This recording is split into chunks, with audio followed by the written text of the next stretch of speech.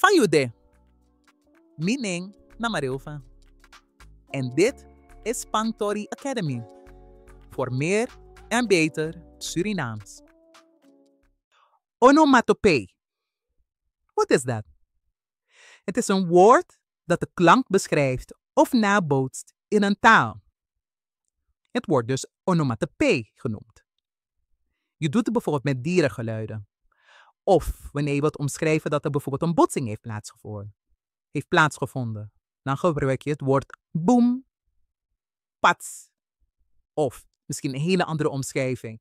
Dus in het Nederlands zien we dat terug. Maar in de Surinaamse taal is dat zeker niet anders. Sterker nog, adjes atori ekomoro shwiti, te dwing. Een onomatopee wordt binnen Caribische talen heel veel gebruikt. Het brengt extra nadruk tot het iets wat heeft plaatsgevonden aan een object of bij een persoon.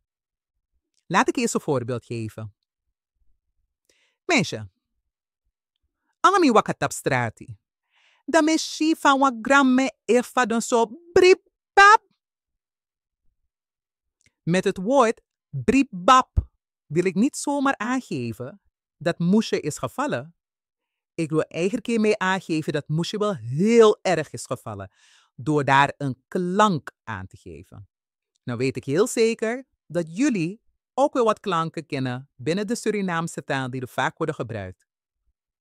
Woorden als badang, gudung, bribab, bang of bam. Plaats ze hier beneden in de comments. Laten we allemaal een beetje lachen. Ik ben heel benieuwd. Wil je meer en beter Surinaams leren? Ga dan naar de website van Spangtori Academy. Meld je aan voor onze lessen. Tanggung!